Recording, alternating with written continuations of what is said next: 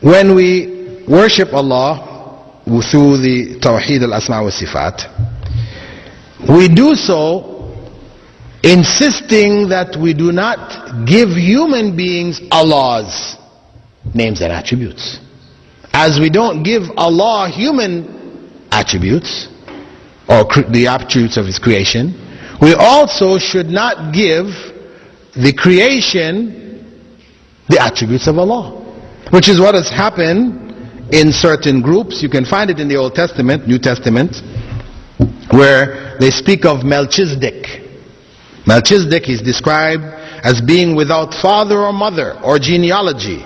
He has neither beginning of days nor end of life. This is one without beginning or end. This is Allah. So we cannot give these descriptions to human beings. And this is the area within which, or through which, Shiites deviated from mainstream Islam. I know some people think it's because they believe in mut'ah, temporary marriage, or other things that they have in their system that they have made permissible, which the main body of Muslims do not allow. But this is not really the area of difference. The area of difference with Shiism is this area that they have given to their Imams. It's all about the Imams. That's why for them belief in the Imams is one of the pillars of faith for them. As we have Arkanul Iman, we have the 6 pillars of faith. For them, belief in the Imams is one of their pillars of faith. What does belief in the Imam mean? It means that they believe that the Imams, these 12 individuals, not including Khomeini, they talk about Imam Khomeini, they don't mean this.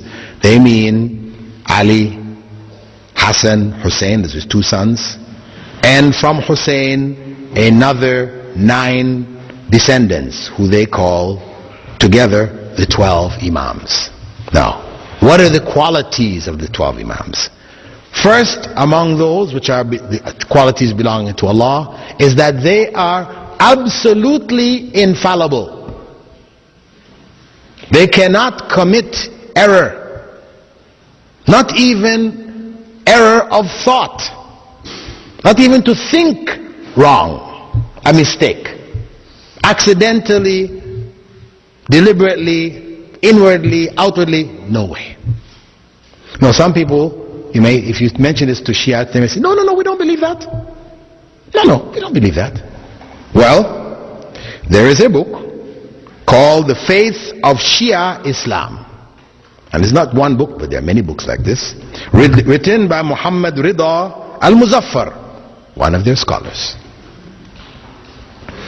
in which he states there on page 35, on page 32, we believe that an Imam must be infallible. That is to say, incapable of making errors or doing wrong, either inwardly or outwardly, from his birth to his death, either intentionally or unintentionally. What does that mean? We say that is Allah, incapable of error. Otherwise, as the Prophet ﷺ said, all of Adam's descendants commit errors, including the Imams, including the prophets. So this is the beginning of their deviation. Secondly, they claim that the Imams have absolute knowledge. They have knowledge of everything. Everything that was and would be, past, present, future, and this knowledge is intrinsic to them. We say that is Allah. Only Allah has knowledge of all things. And again, you will find Shiites will say, no, we don't believe this. But when we go to the faith of Shia Islam, as well as the book called Islam, put together in Tehran by a group of Muslim brothers, edited by Saeed Akhtar Rizvi, we find there Muzaffar saying in the same book, same pages, We maintain that the powers of the Imams to receive inspiration has reached the highest degree of excellence, and we say that it is a divinely given power. Well, however you say they got it, think about what it says. By this means, the Imam is able to understand information about anything, anywhere, and at any time. What does that mean? Knowledge about anything, anywhere, at any time. And of course, you will find in their main book of hadith, equivalent to our Bukhari, Al-Kafi, chapters which headed, the Imams know when they're going to die, where they're going to die, all this kind of information. The third major point is what they refer to as Al-Wilaya At-Takwiniya or Al-Khilafa At-Takwiniya. We call it the creational caliphate. What this refers to? What does this refer to?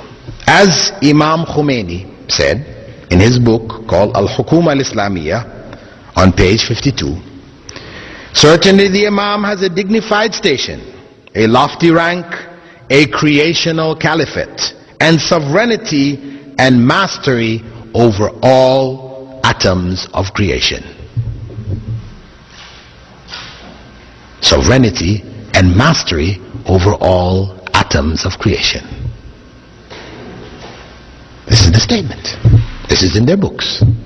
And this is it's not obscure books by obscure, because of course you can pick up, if you talk about mainstream Islam, you can find some obscure books with all kinds of nonsense in there, right? And they say, well, we don't really believe this. This is some obscure individual. We're talking about Imam Khomeini, the leader recognized by the main body of Shiites of the world, the Ithna Ashriyas of Iran and Iraq, as being their modern leader, source of knowledge, Ayatullah, right? So that's their belief, and this is where